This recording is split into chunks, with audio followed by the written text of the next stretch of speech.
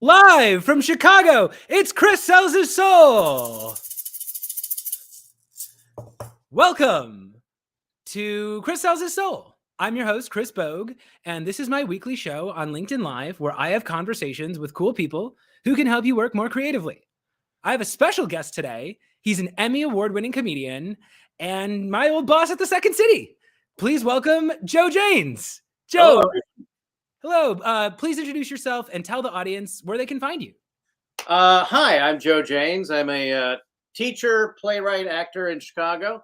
I have a website, www.joejanes.net, which features my writing. You can also find my weekly column at literateape.com. And I'm on Twitter and on Instagram and on Facebook and LinkedIn. Wonderful. Check out Joe. He's hilarious. And I know we have some folks in the audience today who are in the comment section. So please be commenting throughout the episode. Before we begin, I would like anybody who is in the comment section right now, please just drop the name of either your favorite improviser, if you watch like Whose Line Is It Anyway or Wild and Out, or if you want to put your favorite improv game. Joe and I want to hear from you. We want to be talking about the improv that you're interested in. And if you're interested in following me, you can find me all over the internet. So you can find me at christopherbogue.com, especially if you're interested in my coaching services for your business. You can also find me on TikTok at Chris Sells His Soul. And you can find me on Twitter at Chris Sells Soul. But if you really want to follow all my updates every day, all you need to do is ring my bell on LinkedIn. I am a content creator. I make content every day. I make funny videos. I make educational materials about how to price yourself and how to sell your services. And check out all our audio episodes online. You can find that on most podcast apps. My show is called Chris Sells His Soul. Spotify, Stitcher, you name it. So, Joe, I am so glad to have you here. You wrote for Weekend Update. You've been teaching Second City classes for years. I have to ask you, what is improv? The short answer, it's making stuff up on stage in front of an audience on the fly. But it's so much more than that. It's storytelling. It's creating characters. It's a flow of creativity. And it's all usually in the form of entertainment, but it can be applied to so many other things. But we know it as an art form. You could say this is developed from America. This is a uniquely American theatrical form, improvisation. Mm-hmm.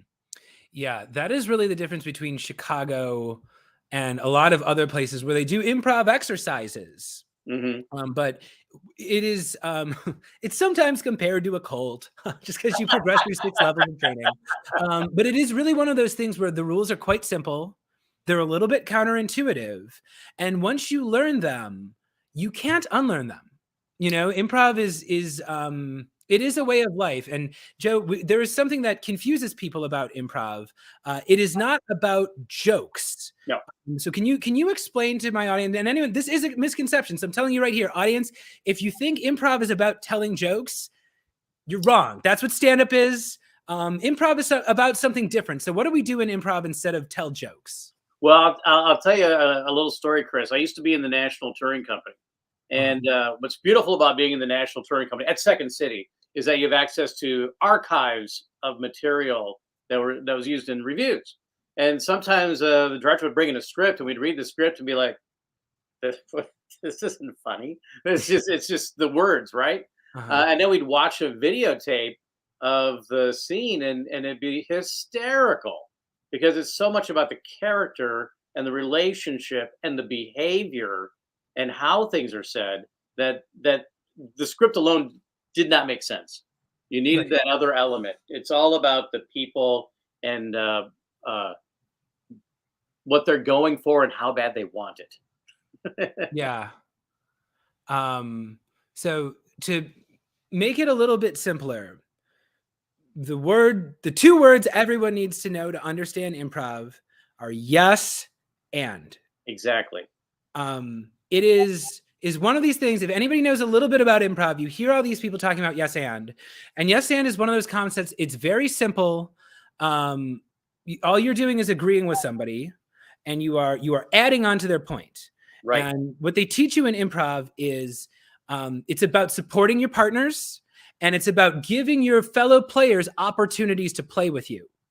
Right. And I would also add the yes is affirming. The yes is an expression of agreement that you listened, you heard what they said, and then the and is that you're contributing to what they put out there. So you're it's like building block. You're building something together and discovering something together. right. And that is this, there's very few. I mean, improv is one of those things where it's like the rules are made to be broken.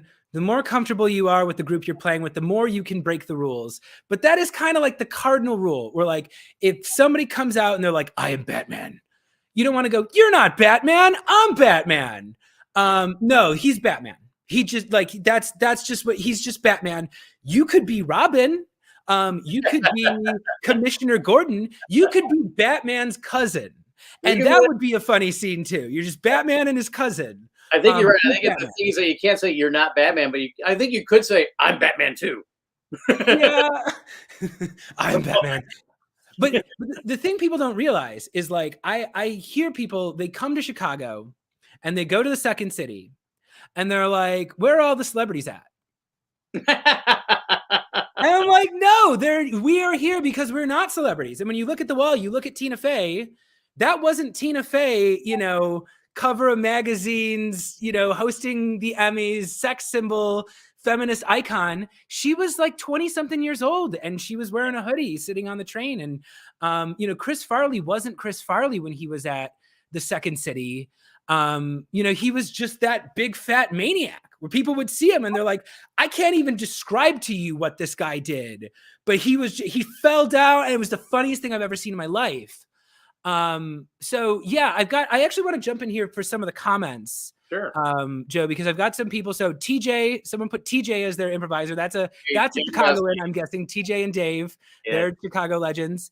Ryan and Colin, Ryan Stiles and Colin Mockery. Colin also tours with Brad Sherwood, which is also a great live 2-person show. If you ever get a chance to catch those guys, they are amazing together. Yeah, and I don't know about Brad, but I know for sure Ryan Stiles and Colin Mockery, they were Second City Toronto together. Yes. And part of the reason why, you watch those two on Whose Line Is It Anyway, the reason why every single scene they do is funny is because they've done a million scenes together. They just know how to play off each other. They could yeah, sorry, go on. No, I was just saying they trust each other. Yes.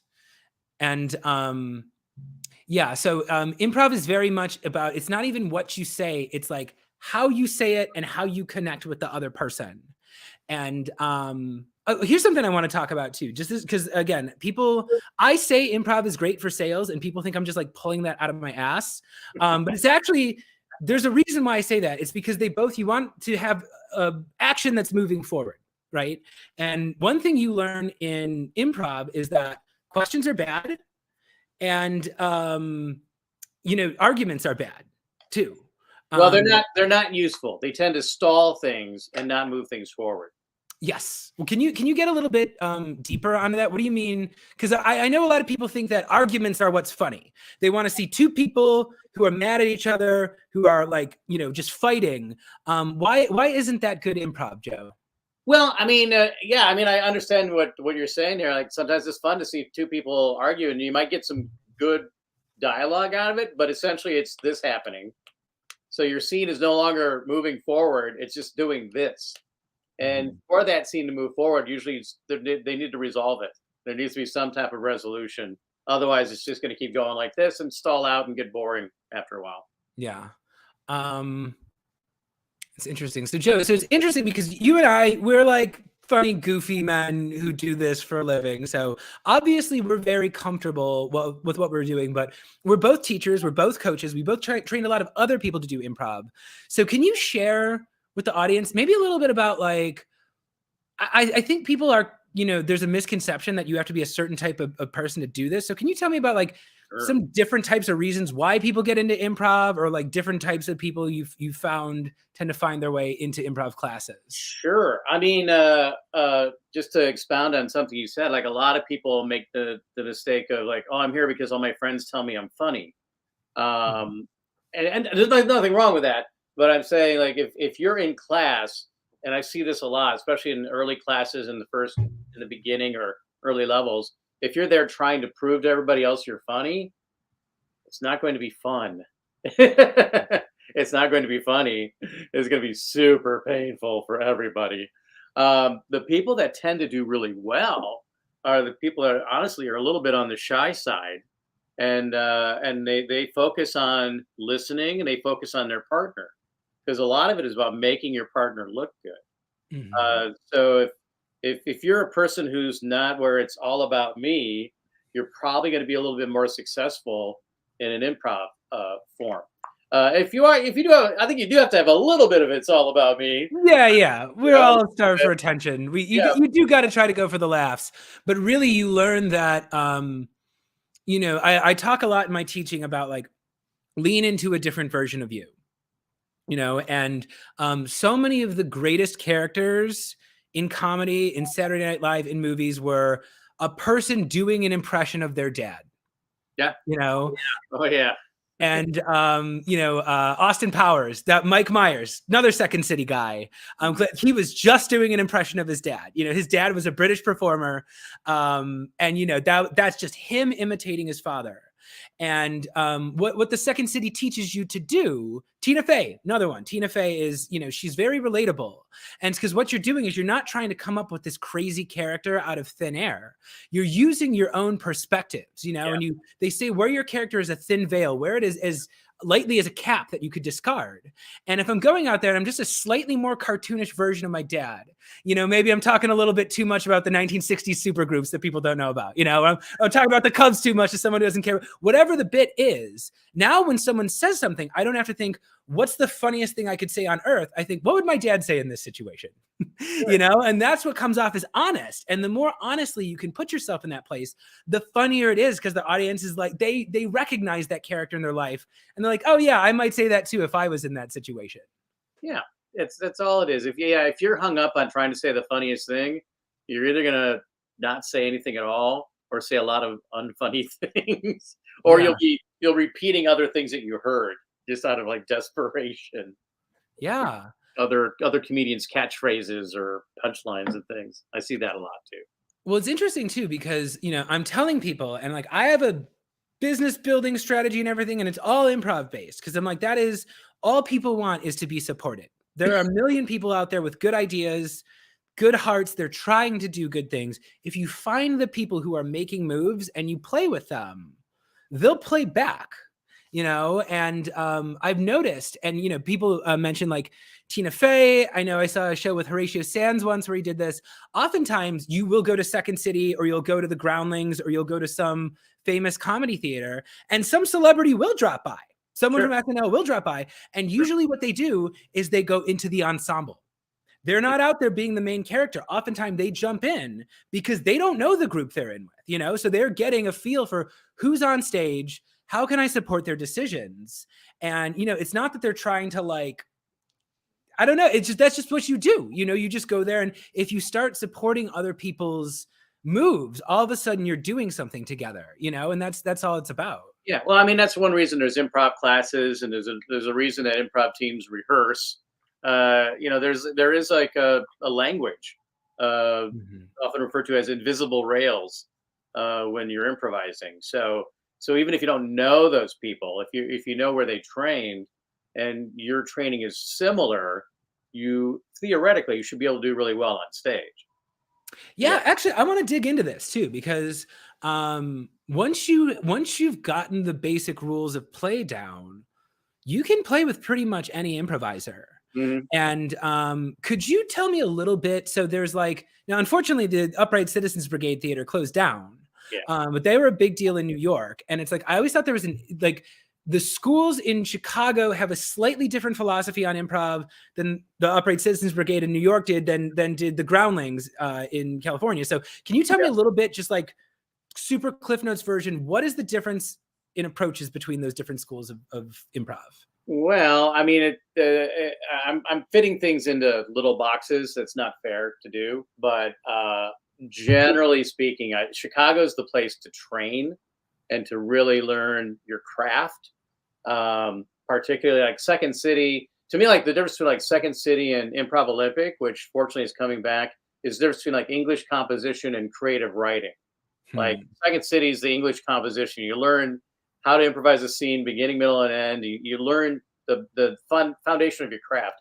I always like creative writing. It's long form improvisation. And then you have the annoyance, which is like, I think you should do the annoyance after you do the others, because a lot of about the annoyance is like, screw these rules. Yeah, and this is all Chicago we're still talking about, mind you. Yeah, So yeah, so let's go Chicago is a bigger improv city than most places. Oh, We have yeah. several different schools of thought, you And then know.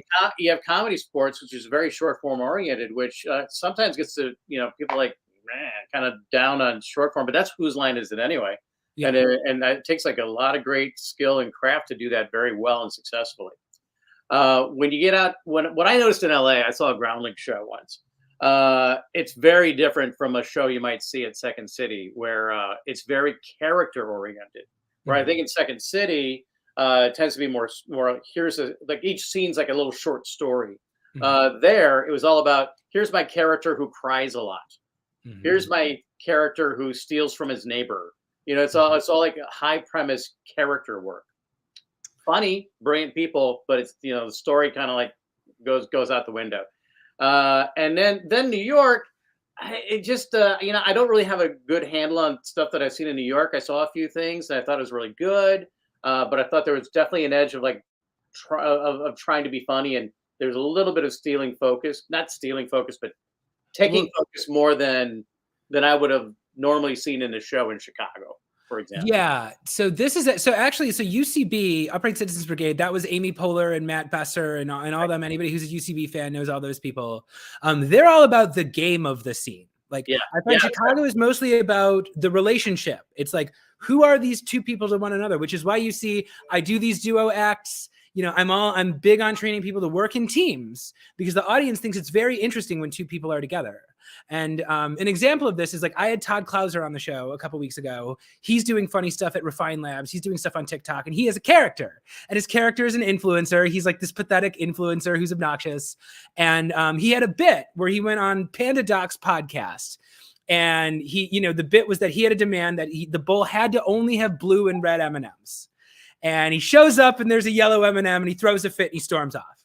Right. So that was a big thing. So he comes in, I got him coming on the show, and I'm like, we got to improvise together. You got this character. I got this character. We got to go do that. And he's like, oh, I can do this and you can kick me out. And I go, no. I'm on your side. Right. Because I'm selling comedy. I got this boss character, and he's trying to get everyone to pay him to be an influencer. So I love that you have all these demands. I will dutifully remove the yellow M&Ms. And I am offended that anybody wouldn't do that. You sell stickers. I am furious at anyone who wouldn't buy a sticker from you. You're an influencer, And what happens is, instead of a scene where like Tucker does something and I get angry and then the scene's over, we get to go to like 20 different places. And we did this whole riff. I was making fun of Corporate Bro because I know that gets back to him. He's like another comedy guy out here, and his fans, I've got a lot of fans there. And so we made fun of him. And now, instead of saying like, oh, he's terrible, like, I think that guy is funny. So I'm like, oh, Corporate Bro, he thinks he's a big shot. You know what he does after he wraps up his little Zoom meeting? He puts on his shorts and he washes my car. and I throw that out there because I don't have to reach out to him and be like, hey, do a bit with me. He's busy. He might not. But if he ever needs a piece of content, he can put on a pair of short shorts and go wash a Cadillac. And he's going to get 1 million TikTok likes. Or he could put on a pair of short shorts and command his underlings to wash a Tesla. It does not matter what he does. If you put him in short shorts at a car wash, comedy will ensue. Just trust me that it will. But you know what? This actually is a great segue for us. Yes. Because this is time for a segment called Gimme Gimme. Joe, are you ready for Gimme Gimme? Yeah. All right, here we go. We doing it? Yeah, we're doing it. So I don't know if people at home realize this, but Chris Sells His Soul is brought to you by Christopher Bogue Communications, LLC. And for viewers like you who pay me for my services. So we're just going to take a moment here to switch into character. And we're going to go through. And this is just a segment where we can ask our audience for anything we want. Maybe that's paid work. Maybe that's followers. Maybe that's shares. But Joe, are you ready? Well, I'll let you pull up there. Yeah. All right. Y'all ready? Yeah. All right, here we go. Hello. This is Gimme, the part of the show where I ask you for money. Joe Janes, welcome to the show. Thank you, Chris. Yeah, so you people know why we're here, right? This isn't PBS, huh? You want us to come up here and do a telethon for you or something? What the hell's wrong with you? Pay us. We're here for the money. I mean, that's it, right? Joe, you know comedy here. I hate to bring you out here because I know LinkedIn is a bit of a drag, right? Some of these people aren't as funny as you. So I don't want to intimidate the audience, but you're not funny and you need to pay Joe Janes or Chris Bogue or possibly both of us to make you funnier. That's right. We will make you funny. Yeah. So Joe, what do you want from these people? Huh? You want customers? You want clients? What do you want? I'll tell you, Chris. Right now, I'm in the search for a full-time job. So if you're in search for a writer, come talk to me at www.joejanes.net. Send me a message or send me a message through LinkedIn.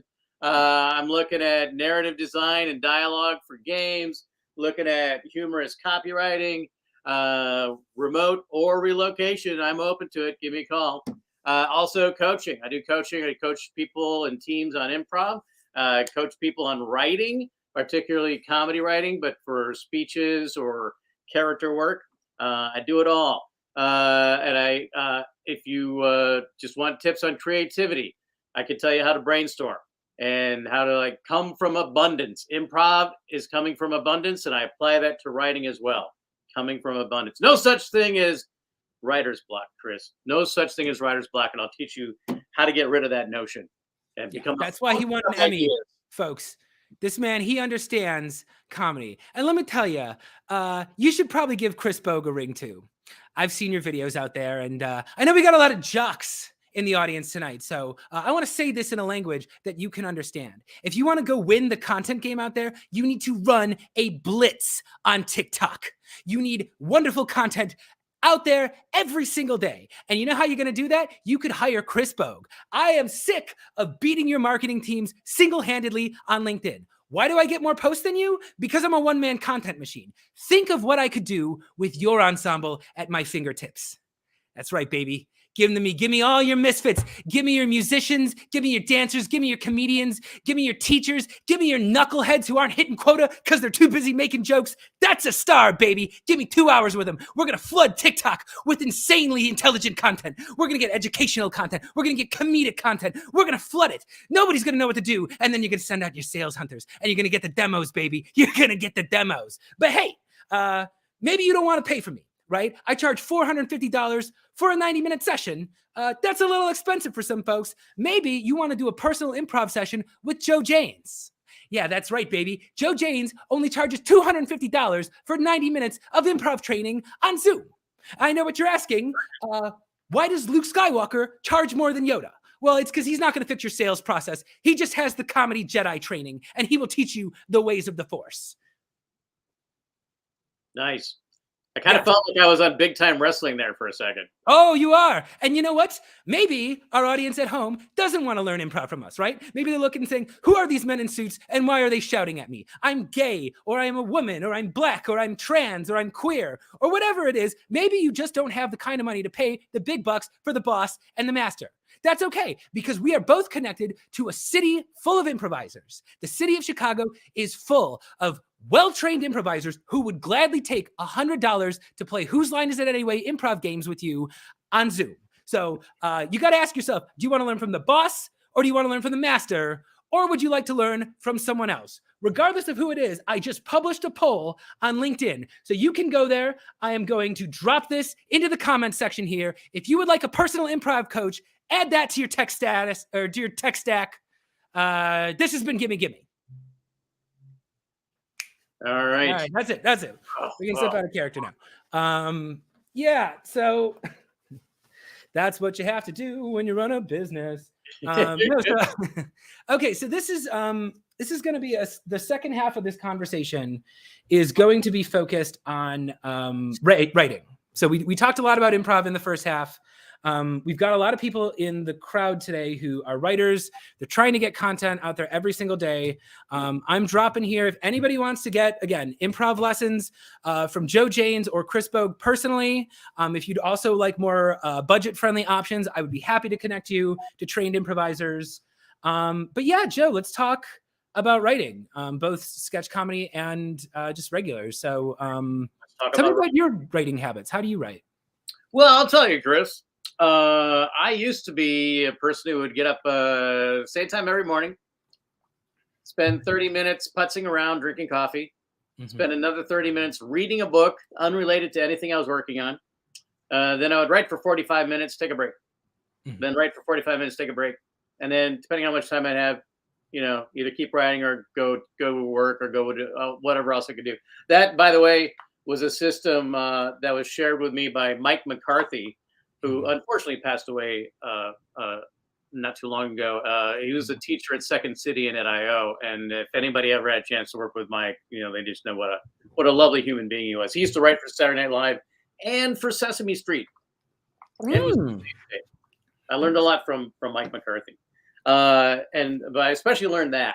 But I also recommend, I don't think if you hear people say write every day, you don't need to write every day. Write 5 days a week. I write Monday through Friday, and then on the weekend, if I get something where I gotta write, or if I'm on a deadline, then I'll write. But otherwise, take a break. Take a break. Do you use a pen? Do you use a word processor? What do you use? All the above. I sometimes will just grab a pen and a legal pad and write outside or write on the deck in the back. Do something like that. I have an iPad that sometimes I'll write on. Mostly I will write on my laptop, and then second to that would be right at my computer at my desk. Probably the most frequent thing is me grabbing the laptop and going to a local coffee shop and just hunkering down for a while. Yeah. That's it's very interesting to me because I go through different phases where I'll be writing on word processors or I'll be writing on notebooks. I'm a big notebook guy. I've got a bunch of notebooks all over the place. Actually, there was one. We'll tease this out right now. We'll see what my audience thinks. So I actually do have a sketch that I brought to the show today. We're doing it. We might be doing it. We'll have to see what the audience wants. So about 10 years ago, Joe Janes directed a show called The American Dream. It's the one where you're falling. And that show is special because, there we go. That was my student show at Second City. And I have talked about my teachers from high school on here because most of my teachers in high school weren't really interested in working with me and they didn't know how to teach me comedy. They're not fans of my material. And I went to Second City. Joe Janes directed my student show. And it's actually pretty hard to get your sketch into a student show because you've gone through 6 levels of training. You're writing, sketches every single week. So everybody's got this pile of sketches and only, best case scenario, you're only going to get 2 or 3 sketches into the final show. Yeah. So it's competitive. And I remember I wrote this stupid sketch called Robo Scorpion. And, it's the big day and we're sitting there waiting which one's going to get in. And Joe's just like, we'll do Robo Scorpion. And I was like, that was the weirdest sketch I ever wrote. And Joe found it funny. And I'm glad I wrote it. And so we got to get the support in the comments. If the comments want to see us read Robo Scorpion together, Joe and I might read Robo Scorpion together. Well, let me tell you about the decision process that goes into that. So it's a lot of I have to look at what's stageable, and there's no budget. We have no budget unless the writers want to pony up some money for stuff. There's no budget, and so everything's got to be simple. You're doing like 12 sketches in a row, so if there's any costume changes, they got to be quick and light, not like full costume things. No makeup, no special makeup, stuff like that. And then Chris has this scene that features a robot scorpion, giant robot scorpion that has lines of dialogue. And, every once in a while, I like to throw something in the mix where I'm like, I don't know how to do this. We're going to figure it out. And we did. If I remember right, we had was it Brittany Bookbinder and William Woods? Were they Robo Scorpion together? Yeah, it was either William Woods or Scott Lowe. No, it might have been William. Yeah, we had people, and they were great with physicality, and they created Robo Scorpion. Yeah, we had two players, and this is the fun part of working with an ensemble too, because it's like you don't have a show, right? So you start making the show, you're writing these scenes together, and it's like, we need a robot scorpion somehow. And yeah, William and Brittany, you're not in the scene. So they were dressed in like black. And I remember she had like, she was the claws. Right. And yeah, it was this really dumb scene between two roommates. So you know what? We got Deb in here. We got Michelle. You know what? Why don't we do it, Joe? Let's give the audience a little bit of Robo Scorpion. You know, there's some language in here. This is if you have kids watching, we need to do a trigger warning. Oh, I don't give a shit. There's no kids on LinkedIn. You can swear. You can swear. Be tasteful with it. I will bleep it probably if this makes it into a video on there. But you can say shit. We're all adults. We watch R-rated movies. All right. And also, I think I cleaned up some of the language. But I don't remember what I'm playing. What am I playing? So you're playing Ricky. No, wait. Yeah, you're playing Ricky. Right. I'm gonna play Keith. And I'll read the stage directions too. So are you ready, everybody? This is Robo Scorpion. Who's reading Robo Scorpion? You want to read Robo Scorpion? Of course I do. Okay, you're going to be Robo Scorpion and you're going to be Keith. All so right. Here we go. So lights up on a living room. Keith is playing Xbox and Ricky is repairing Robo Scorpion with a screwdriver. All hail Robo Scorpion. Keith gives a frustrated glare at Ricky, who pretends not to notice. Robo Scorpion's voice becomes more terrifying. Oh, hail Robo Scorpion! Okay, dude, we need to talk about your robot Scorpion. Wow, you got some balls, man. Ricky, please just let me say this. That Scorpion is dangerous and we need to destroy it before it's too late. Yeah, no, now you've been a real dick about a lot of things lately. You know, you've been a real dick about a lot of things lately. First, your buddy Kloss Boss eats all my guac pops and you don't even offer me any money. And now you're annoyed by my Robo Scorpion? I am not annoyed. It's just its claws cut a car in half. Why does it need to be that strong? Gee, I don't know, Keith. Maybe because it's designed for rock excavation? Initiate weakness detection. Robo Scorpion comes alive and begins to scull around the room methodically. Why is it able to turn itself on, Ricky? One, I don't appreciate the way you're speaking to me right now. And two, it's just inspecting its environment for inefficiencies. Robo Scorpion crawls over to Keith, begins inspecting him with a light. Inefficiencies? You mean like human beings? You're being such a dick about this, dude. It says all hail Robo Scorpion like all the time. You don't think it's going to destroy all of mankind like the second it decides humans are inefficient? Well, why don't you destroy your Xbox, Keith? My Xbox? Yeah, I mean, technology is so evil and terrible, right? So why don't you just destroy your Xbox and save the planet? My Xbox doesn't spray me with confusion gas when I try to turn it off, Ricky. Oh, blah, blah, blah. I'm so perfect. Everybody's wrong but me. Do you even realize how ridiculous you sound right now? And scene.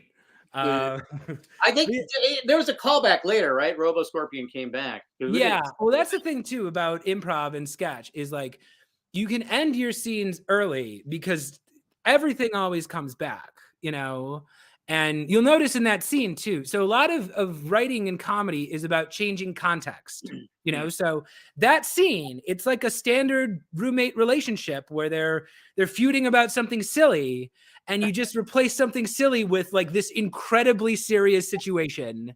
And the other guy is just like, oh, well, you know, I know what this is really about. This is about Kloss Boss and the guac pops. And it's like, it's really not. It's really it reminds me of like stuff like The Tick, where there's that contrast of like superheroes, but also having to deal with your everyday life and roommates. Yes.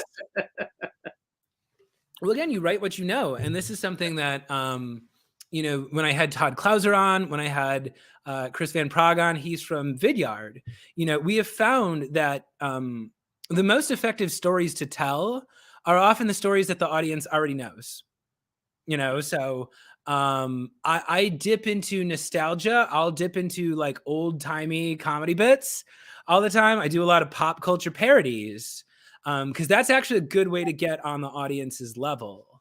And, you know, let's talk a little bit just about satire too, because, Sure. Love it. You know, we're talking a lot about original characters, but part of Second City is you're satirizing the news, you're satirizing the city of Chicago. The mayor usually shows up, the president shows up. You're satirizing pop culture and celebrities. So, yeah, how do you think about that, and how do you work original storytelling into satirizing actual pop culture and news? Well, a lot of it is why I love satire is you go to your own personal feelings. Like, what are your own thoughts, feelings, and opinions, judgments, even about entertainment, about politics, about social systems, anything that's a trend, things like that. And then then you find a way to express that through satire. Mhm. Because it's like I think what a lot of satirists realize is that if you go after something directly, people are likely not to listen to your Mhm. yelling at them. Yeah. But if you're subversive about it and kind of like wrap that medicine in some humor, they're likely to get it, or more likely to get it, or at least like they'll understand what you're doing. Like Idiocracy is one of my favorite movies because it's just so right there with the satire of where we're at as a country intellectually, and satire also can ask like what if, and Idiocracy is like what if we keep going on this trajectory, this is what is going to happen in like 500 years or less. And a lot of people Don't Look Up, which I have mixed feelings about that movie, but it's kind of the same thing. They do an analogy. They're not Mhm. directly talking about climate change or COVID-19. They're kind of couching it in this: hey, there's an asteroid that's going to destroy Earth. Nobody's listening to us. They want us to ignore it because the asteroid's going to bring jobs. So yeah, Yeah. Well, that's a great way to make a point, but it's like kind of a velvet hammer wrapped in velvet. Yeah, well, that's interesting too, because now that I'm thinking about it, so we were talking about the Upright Citizens Brigade earlier. Their guiding principle is actually, if this is true, then what else is true? Yeah. And that's their approach to games. So Yeah. it's like you think about something like that, like, oh, okay, an asteroid's coming. People have an incentive to not hear about it. Well, then what else is going to happen? You Hmm. know? And again, you think about like the example I gave of like Todd Clouser earlier, where he comes in as the influencer. It's like, okay, well, he has these tendencies. Well, then what else is true? Okay, well, then I'm going to get along with him because of that. And then what else is true? We're going to find these other things to do. And I find that actually can be a very helpful framework for satire. What I have found to be effective, and what people have been doing at Second City forever, is if you come out there and you're preachy, or you're lecturing people, or you're coming from a place of judgment, people don't want to let you in. They don't want to feel judged. And what they teach you at Second City is if you become a more satirical version of yourself, you can make fun of your own flaws. Sure. And that's what Stephen Colbert did when he was doing the Colbert Report. That's what I do sometimes. I'm finding, so my boss character is a satire of every boss I've ever had, and he's also a satire of me as a boss, because I run my own business. And if I don't make sales, I can't live, So that is the version of me that pushes myself. That is every, cringy boss I've ever had. That's Mm. a combination of a million, cop stereotypes and boss stereotypes that I picked up from pop culture. But I can go out there and I can make fun of my own tendencies. And instead of going out there and making fun of some company's marketing, I can go out there as a really over-eager marketing person, and I can have the joke be on myself. And now instead of you're pointing at me and you're laughing at me, and you can Yeah. use yourself to explore these Well, kind of there's gray there's two areas. things you're kind of drawing out there, Chris, that I really like about satire and comedy. Is like, first, you have to learn to laugh at yourself. Yes. I think that's true. Just being a human being on this planet, if you don't learn to laugh at yourself, it's going to be a miserable ride for you. Mhm. The other thing is it's called condemning through praise or celebration, which is what Colbert did. He took the things that he did not like, but flipped it by celebrating them. And when you heighten something like that, you're kind of exposing what's dumb about it or what you don't like about it, but through Mhm. praise, condemning through praise. Yeah, well, it's interesting too, because when Colbert first started, they were focus testing his Comedy Central show, and they found that like the Democrats in the audience thought he was on their side, and the Republicans in the audience thought he was on their side. Right. And if you do it right, and Key and Peele have a big thing about this. So we've got any Key and Peele fans out there, Second City. Mhm. but they wrote this whole thing too. They did, they pushed a lot of boundaries there. Yep. And they were trying to satirize everybody. And there's this story that they tell where they had this joke. It was a sketch about stereotypes, and they were going there and they were going just really stereotypes about everyone, and black people and Jews and white people and gays, and just you go name it. And they did this sketch and it was hilarious. And they get done and they're leaving the theater, and this guy in a wheelchair comes up to him and says, "Hey, I noticed you didn't mention anything about wheelchairs. Why did you leave us out?" Well, you think we can't take a joke? You think we can't take it? I'm offended that you didn't make fun of me. I'm offended that you didn't give me a joke out there. And then they had to seriously think. They go, you know what? We did pull our punches. We did pull our punches on that. And, maybe that came from a place of, and this is something I want to get into too, because writing is such a group thing sometimes. And you've written with a lot of groups. Yeah. And I say, I've learned more about racism from writing with Black writers, and I've learned more about gay rights or queer rights or trans. If you write with people who are different from you, you can write about different things. They will share their perspective of the things they want to satirize, and you can help them satirize that. And when you write with different types of people, when you play with different types of audiences, it becomes less about trying to show everybody that you're right, and you're just trying to find the truth and what's funny, and yeah, I don't know. Can you give me some thoughts on just like writing with groups and learning how to find a dynamic in a group of performers? Well, I mean, I love writing with groups, and it is helpful to have some like-minded people, but you need some people that fill in your blind spots. I've written some stuff that I thought was hysterical, and then read it in the group, and then somebody like points out, well, that's kind of making fun of, whomever. And I'm like, oh, I didn't really see it that way. Like, I was blind to that. I went for the joke and missed like what I was not intentionally targeting, but did get targeted. Mm-hmm. So it's really great to write in a group, so you can kind of see all parts of the elephant in the sketch. Yeah. But it's also great because a lot of people see things and have ideas that you're my tiny little brain didn't think of. So yeah. I just wrote a blackout the other day. A blackout, by the way, for those who don't know, is like a really short scene. It's basically lights up, setup, punchline, lights out, if it were on stage. And I'm like, I just had this idea for one, and I'm like, I don't know why I'm writing this. I'm not doing a sketch review right now, but I like the joke. And then I wrote it, and then I shared it with some friends because I do a weekly online group, and they had so many things they wanted to add to it because they really liked the idea. And I'm like, give me your gold. Yeah. No, it's great. It's collaborative. And that's what I say. That's where I differ. And you're a director too. You're a director, you're a writer. We think differently than other types of people. But I always say in sales, you get a lot of alpha types. You get a lot of I call them the Michael Jordan types, because they want to be number one. They want to be the best. Their eyes on the scoreboard. They want to make the most money. And that's typically who rises to leadership. And they motivate everyone on the team as if the entire team is Michael Jordan, and wanting to prove that they're the best. And when you're a writer and when you're a director, you are happy when you're in a room with someone who's more talented than you. They're like, oh, look, this person's hilarious. They're funny. They can sing. They can dance. They can act. They can write. We can make really cool stuff together. And it's coming from that place of collaboration. And as Joe said, a place of abundance. Like, you've got 6 talented people on the stage. You've spent weeks improvising these amazing scenes, building these rapports. We're coming up here, so I'm going to start throwing questions on the board here too. So this is my main collaborator. This is Chewy. Yeah, you can totally improvise with your dog. So I'm going to share this question from Jason. So he says, do either of you prototype sketches via text messaging with friends? Joe, do you want to tackle that first? Well, I'm not exactly sure what you mean by prototyping sketches. Do you mean like testing them out? I'm assuming.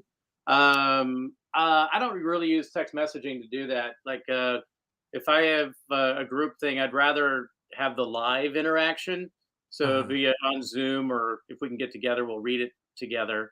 At the very least, I'm more likely to share a Google Doc if we can't meet in person, because in a Google Doc, people can leave their comments, and then I can add them or not add them. Google Docs is great for collaborating. Yeah, I will say, so I kind of, Jason, I'm kind of with you here. So I'm coming up with ideas all the time. And I have found that the easiest way to get ideas is to just talk to creative people all the time and talk to people who are making stuff, and then you'll get the ideas flowing. So I will sometimes just in a casual conversation or something that happens, like, oh, that could be a sketch, that could be a funny situation. And what I find is you gotta just get a draft down. And that's something that Joe taught me, is like, these ideas, you could have the greatest ideas in the world.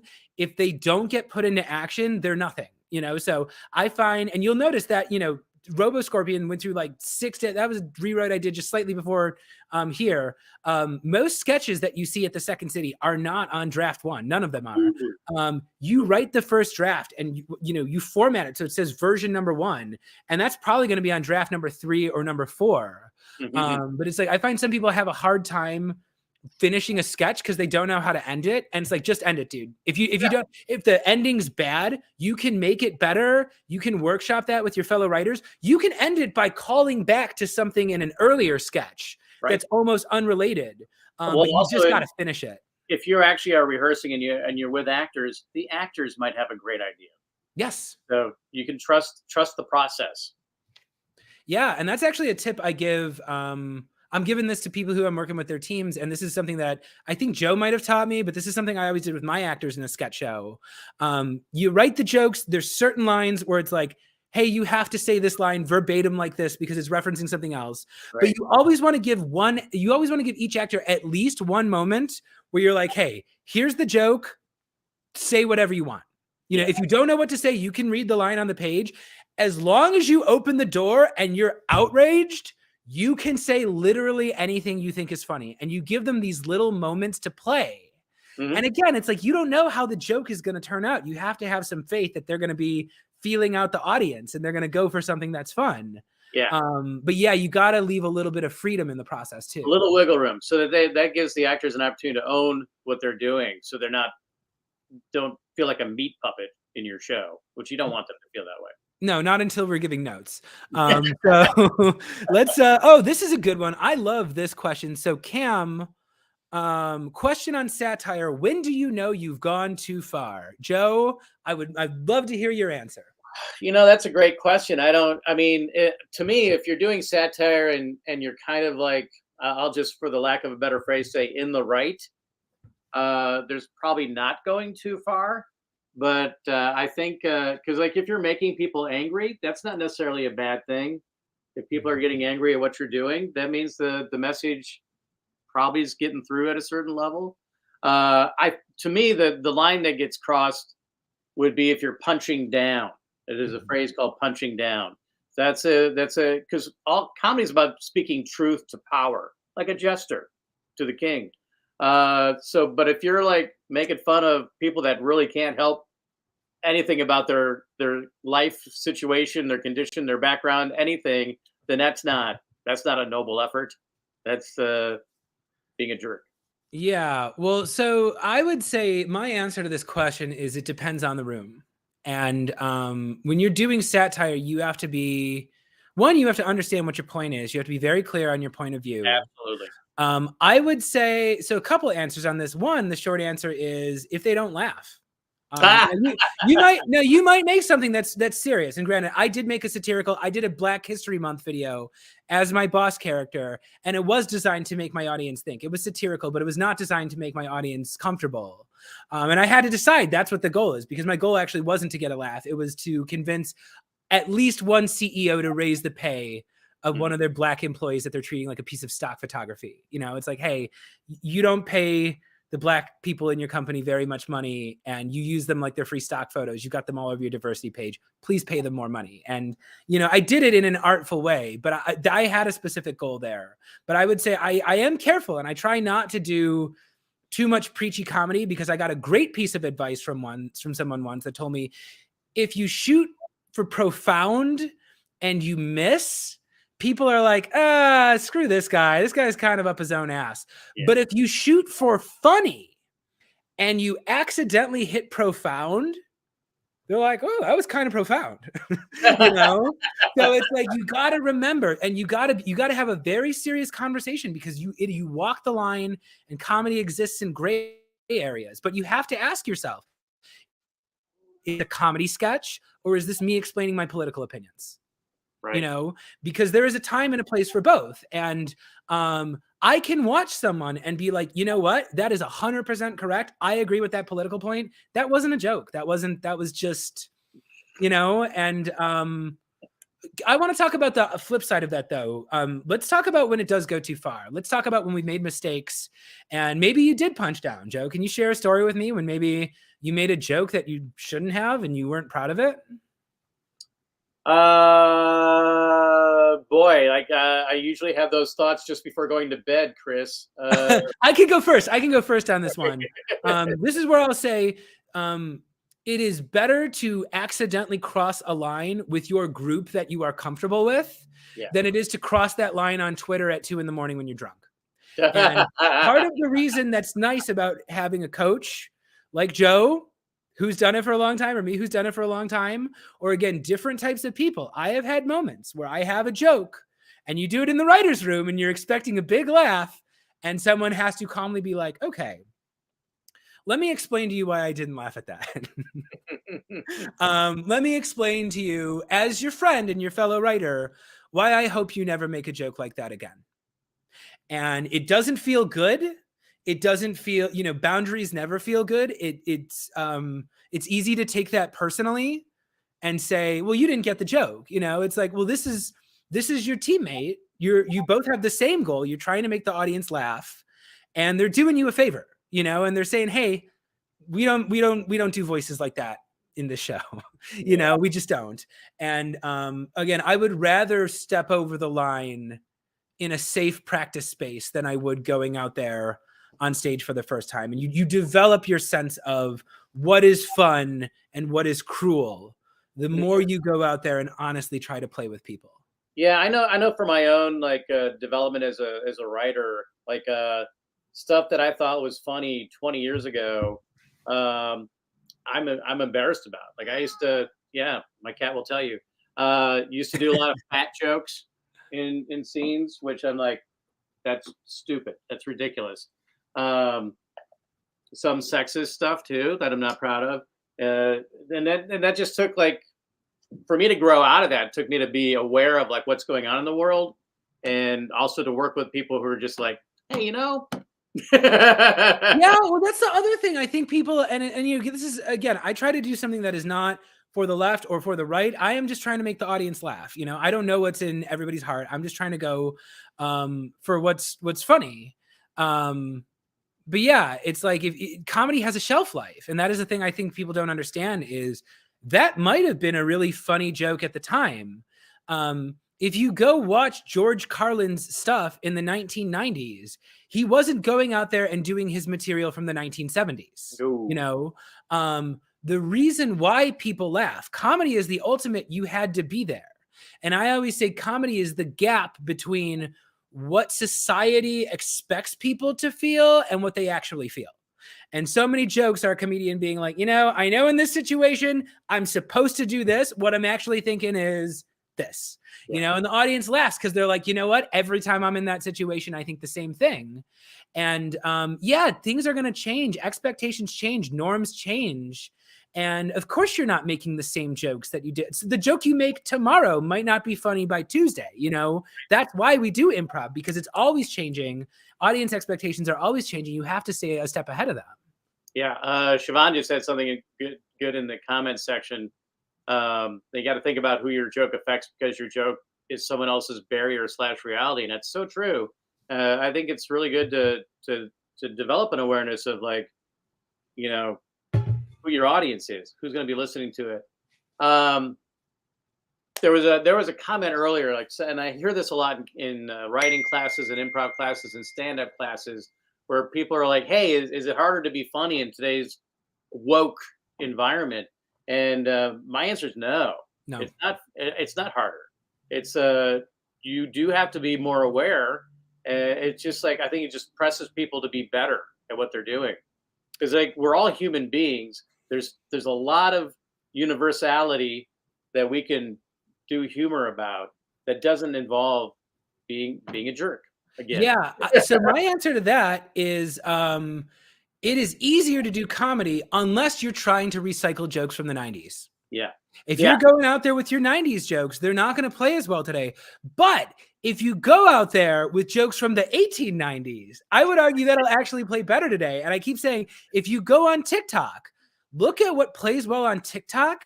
It is actually a style that I think is closer to vaudeville and silent film. It is very big. It is often, there's no words. It is very like physical. And actually, there is an older school kind of like Three Stooges style thing that's coming back. I always say I steal bits from Bugs Bunny. So you can actually do some of these bits out there that haven't been timely for a long time. Like I do Hamburglar bits on my show. I put on the stripes and I go, shh, and I'm the hot dog gurgler. So I'm stealing hot dogs and it's real stupid, but it plays. So it's like, yeah, you know, you have to change with the times. Comedy is cyclical.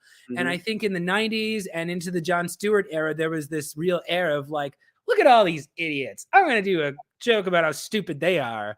And that's riskier than it used to be. And that's why you see people changing. And Siobhan, I want to share with you, this is a story. I was doing an improvised play. It was a full-length play. And one of the best notes I ever got, it was all men in the show. There was one woman because it was in college. And her name was Annie Ricks, very talented Chicago improviser and comedian. And we got on to day one of the rehearsal. And she goes, hey, everybody, I'm glad to be in the show. Please don't make me your girlfriend. Please don't make me your wife. You know, like I want to play crazy, stupid, dumb, idiot characters just like you boys do. And I can't do that if you make me your girlfriend every show. Please don't make me your pretend girlfriend. If the show absolutely needs a girlfriend, why don't you play the girlfriend? Wouldn't that be funnier? You know, if you need a mom, Chris Bo can go out there and be the mom. But I don't want to do that. You know, and she laid her boundary down. And I, you know, at the time it took me, I didn't even realize. And then I thought about it, I'm like, oh, good thing she said that because I might have. And the result wasn't a show that was woke where we had to sit there and lecture the audience on, you know, their shortcomings. She just played stupid, funny characters that were hilarious, you know, and the show was funnier. And by instead of taking it personally and being like, how dare she try to restrict the type of comedy I do, is like, oh, all right, well, Annie doesn't want to play a girlfriend. That's fine. You know, and then we did a scene where, you know, someone else is the girlfriend and it's funny. So yeah, we're almost to our end of our time here. Let's take one more quick question. Does anybody have any questions here? Cam has no writer's room. You can be a one person's writer's room. That's what I do. Yeah, actually, you know, I think that is a great place to actually wrap this conversation up. So we are at our time here. Once again, if you would like to hire me or Joe to coach you on improv, if you would like a cheaper improv session from a trained improviser who is highly skilled and knows all the same games that we do, you can participate in the poll that I put out there. Joe Janes, do you want to tell the audience one more time where they can find you? Sure. www.joejanes.net. I'm also on Twitter and Instagram at joejanes1065. The numbers mean nothing. So catchy. 1065. Also got a YouTube channel if you want. There's a lot of satirical videos on that on the YouTube channel. Just look Joe Janes. Excellent. Yeah. And you can find new episodes of this show. LinkedIn. I forget. Oh yeah, LinkedIn. No, LinkedIn is great. Make sure you ring the bell so you get updates whenever they come. I've been Chris Bogue. You can find me at christopherbogue.com if you're interested in checking out my services. You can also find all my episodes, all past episodes on YouTube. I'm actually dropping next week's episode as an audio podcast. So if you missed Love Your Price, last week I had a chat with Chela Diaz, the pricing queen. Great episode. Yeah, so that's a conversation all about how you can price yourself as a creative person. Vague Man showed up for that one. I know you guys like him. And yeah, this has been Chris Sells His Soul. See you real soon.